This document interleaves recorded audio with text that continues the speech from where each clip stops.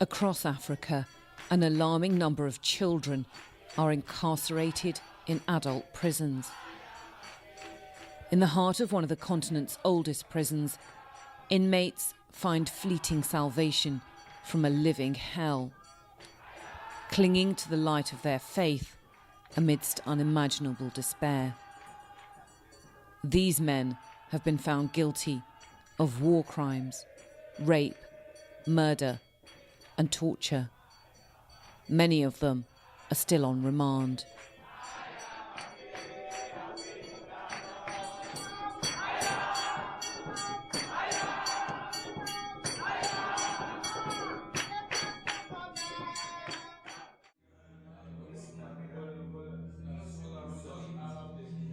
Dehumanised by filth and overcrowding, inmates face some of the worst prison conditions on earth. Pademba Road was built for 300 inmates. More than 1,000 live here now. Deprived of clean drinking water, for the prisoners, terrible thirst brings unbearable tension. Faced with 1 square meal a day, the battle to reach food regularly overspills into violence. In the fight to survive in this misery, the vulnerable and weak are left exposed. So they are juveniles. There are many in here, not even all of them they are here right now. So the juveniles are more important to help them. Because now you see these guys are 14 years, 14 years, 15 years, 15 years. There are many in here, some of them even 12 years old. You know, for me they don't do anything. They just carry some of them on the street because they are street boys. They live on the street, so they just arrest them and bring them in prison. Some of them, if you see them, there's no facility. The toilet facility is difficult.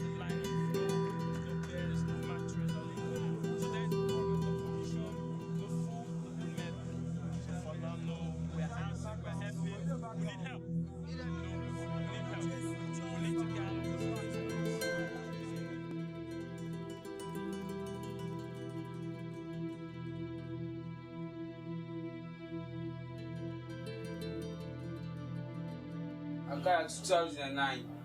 My age is 14 years age. Last year by Katu. Ativan, and then jail me 2 years jail.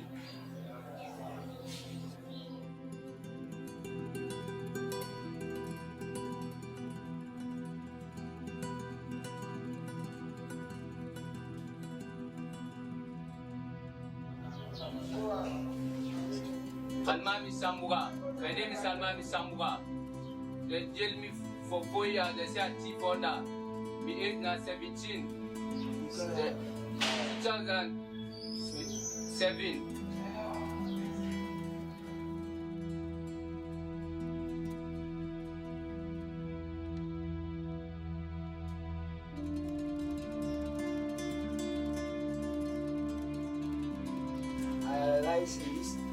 I realized from 2004. They accused me of murder.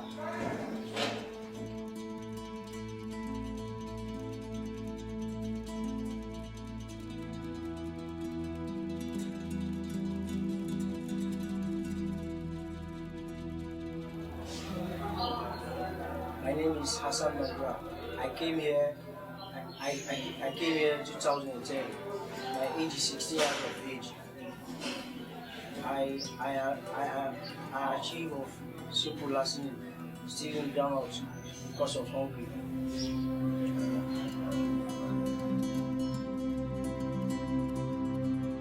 Like children in other African prisons, inmates suffer the fierce hand of the law. Often their cases go unheard for years. Their stories remain untold. And their lives are haunted by threats and intimidation.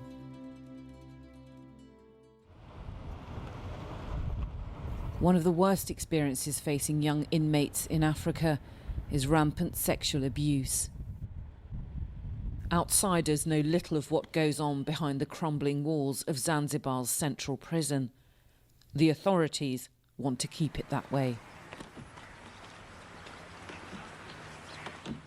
What are the conditions like inside this prison? Conditions? Yeah. Conditions, well. I am told that the conditions are very bad. Do you know? How many children are inside? Near 30. 30 children inside, yeah? Near 30, yeah. How old are the children? What age are they? The children? Yeah. 16, 17. Many younger? 13, 14, some? Yeah. Yeah?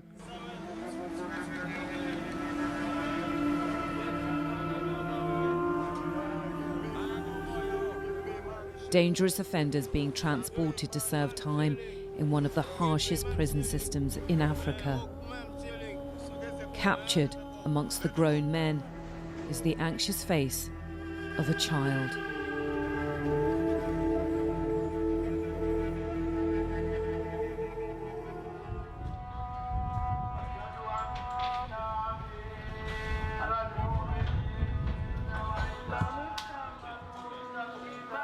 Zanzibar is an island where the ancient Arab world meets Africa. Shaped by traditional values, little has changed here in a millennia. Children who find themselves in conflict with the law are still punished like adults. Taken into custody at just 12 years old, Hassim Mohammed is one of the countless youngsters to have felt the full force of Zanzibar's draconian laws. Haunted by months behind bars, the schoolboy faced abuse at the hands of both guards and adult inmates.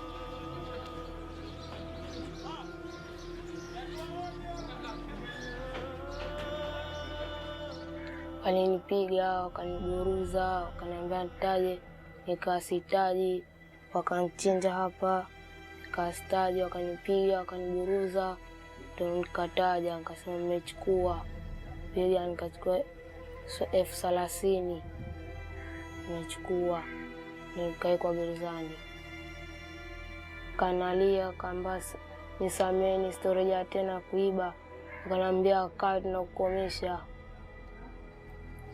Walikuwa wananikomesha, alikaa gerezani, kuna chawa, kuna mbu, napata shida, chakula tupati kwa raha. Watu wengine wanabakwa. Kule kwa wamenibaka.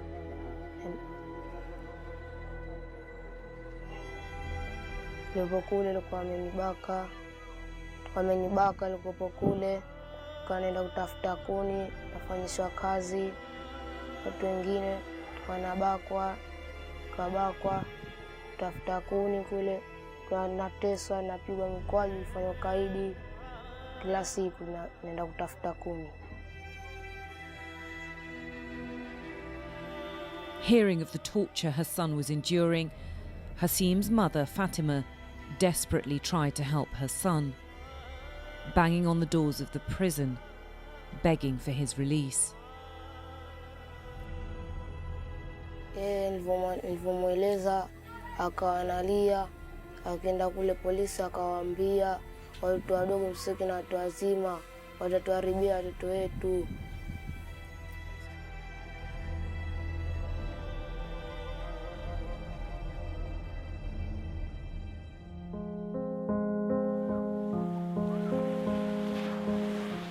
Many believe the guiding hand of a compassionate society should shape a child's future. But in Zanzibar, juveniles in conflict with the law are treated ruthlessly and with an iron fist. When he was barely 11, Kareem was picked up for stealing a mobile phone. For this petty offence, he received a 12-month sentence. Kwa gerezani tulikuwa watoto 6, wakubwa wenzetu walikuwa 7. Tulichanganywa kwa pamoja, tukawekwa chumba kimoja. Alafu watoto walikuwa wanalia sana, lakini kimoyomoyo, manake wakitoa sauti wanakuja kupewa adhabu. Maana walikuwa wakilia kiroho.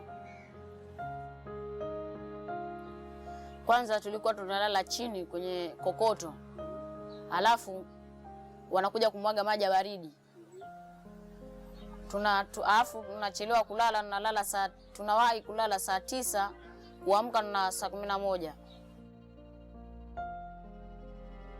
Wengine huwa wanaeka wao pembeni, wanapunguza nusu, alafu sisi wanatupa nusu, alafu wanakitia mfano maharage mabovu, alafu wanatuletea sisi ndani.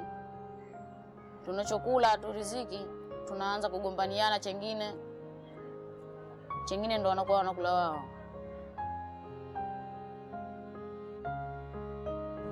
Ndiyo, waliwahi kumfanya mwenzetu mdogo, lakini sauti ilisikika nje na hatima yake walikuja askari kuja kumpa adhabu yule aliyofanya kitendo.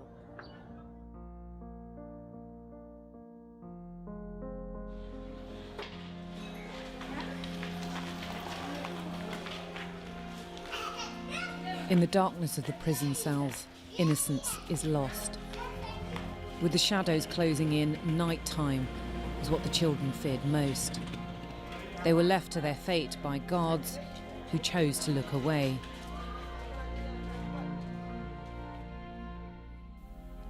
Masif endured repeated sexual assaults during his year-long incarceration.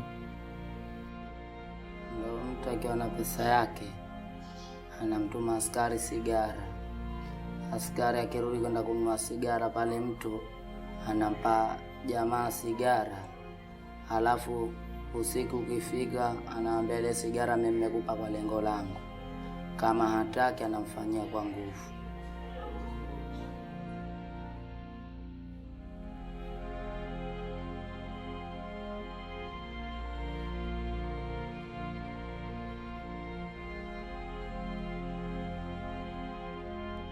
Mwanzo nilipofika ndo akanambia leo mtoto, kuna jamaa mmoja ndo akanambia leo mtoto mzuri umekuja.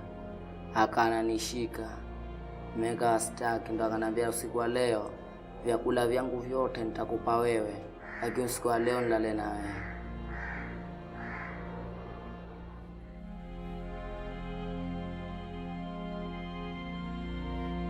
Walikuwa wananitesa ndo hao wengine wa chumbani wenye mashuka, alikuwa kama ukitaka ujifunike shuka ndo mpaka ufanye nao kitendo. Walikuwa wananitesa wale wawili tu vile male ndo wako kumbini pale. Ndo walikuwa wale wamepoa shuka ndo mawili, mmoja alikuwa na mawili, ndo nilipotolewa chumba kile ndo nilikuwa kumbini ndo nikapewa shuka moja, nao huyo kilema mmoja tu mzima kidogo.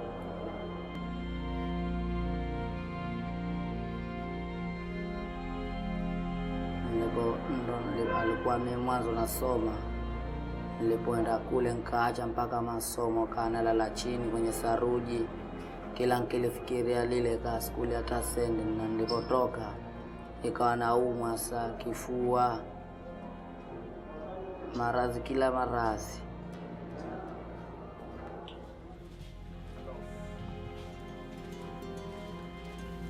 With their disproportionate rates of HIV infection and AIDS cases, African prisons lead former child inmates onto a troubled path into adulthood, scarred by shame and stigma. Humna went into prison at 14 years old for stealing a coconut. The teenager still finds it difficult to come to terms with what he witnessed. Yani hiyo nimeongelea labda usafi ni kitu kama labda ile kapata bahati mpaka kapona nafasi hiyo. Huwa anapoa kazi nzito zaidi ya hiyo.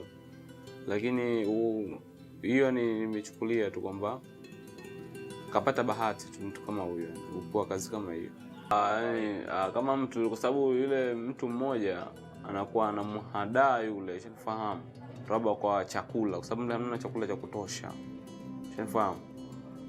Na hakuna chakula cha kutosha mle ndani, kwa hivyo mtu anakuta na mtoto anamhadaa kwa chakula, lakini anakuta mfungwa yeye yupo jikoni, kwa hivyo anachukua chakula cha kutosha, ufahamu.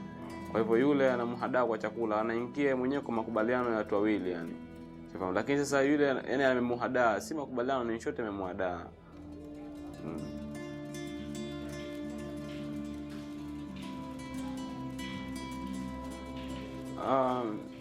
Watoto kubakwa wanaotokezea, hizi zinatokezea, lakini siwezi kujua muda gani na muda gani. Hilo jambo inatokezea kama bahati tu kulikuta labda, au tatizo fulani bwana kambaka fulani bwana mle ndani. Kwa hivyo hii kesi labda watu unakuta amefanya lile tendo, watu wamemuona, kwa hivyo tunakwenda sote mle ndani kushuhudia kila kitu kama ni kweli, na si kwamba anakuja bwana jela kikazi pale na tunamuelezea kwa sote kwamba bwana mtu ni kweli amefanya tukio hili. Lakini si kwamba labda ndo mara kwa mara natokezea hiyo. Kwa kweli nitasema uongo.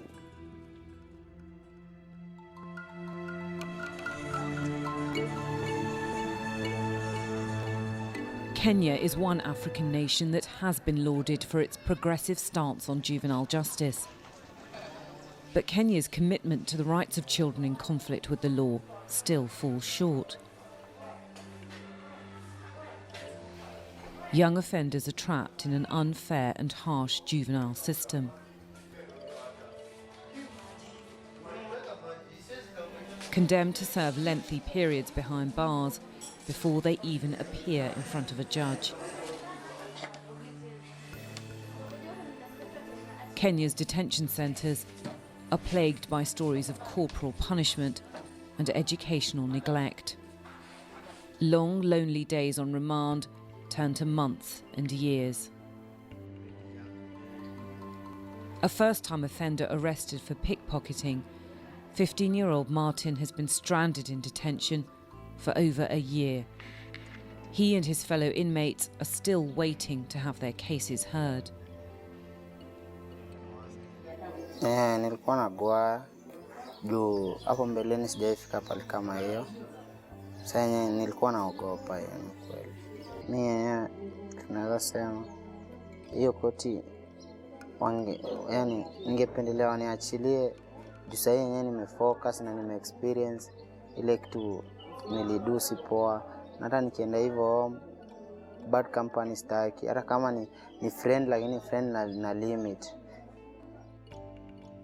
An orphan driven to steal by poverty, Martin hopes the authorities will take pity and understand his desperate family situation. Manti zangu wengine wamemtupa, nataka kujagi huko. Kuna wale wachache wanamsaidia, but yeye ndo usafa peke yake kwangu. It's believed up to 85% of children entering detention should never have been exposed to the criminal justice process. The legality of any issue in the country. Many of the youngsters never return to a normal childhood. They're forced to abandon their education or leave home, and with it, any hope of a successful future. 13-year-old Eric's experience of detention has left him mentally and physically scarred. During his 6 months in a children's remand centre, he was regularly beaten and kept in solitary confinement.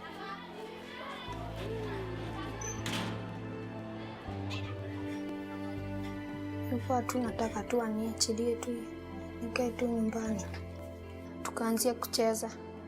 Kibahati mbaya nikarusha kijiti, nikagonga juu, ikamdunga macho, akaanguka, akapelekwa hospitali. Ndio akatolewa hospitali, katengenezwa macho. Watoto wanachezanga vibaya, wanagongana, wanaumizana. Nilikuwa nadhania nikaa nachukiwa, lakini kukaa nikaona ninapendwa.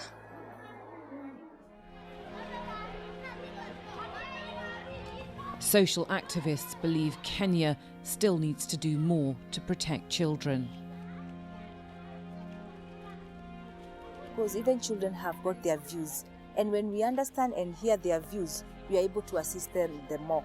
Unlike before, whereby we'll say, no, children are not supposed to do this, children are not supposed to attend, children are only supposed to respect and obey. Now the society has changed. We really need to understand these children and to listen to them, because they have issues that are also affecting them.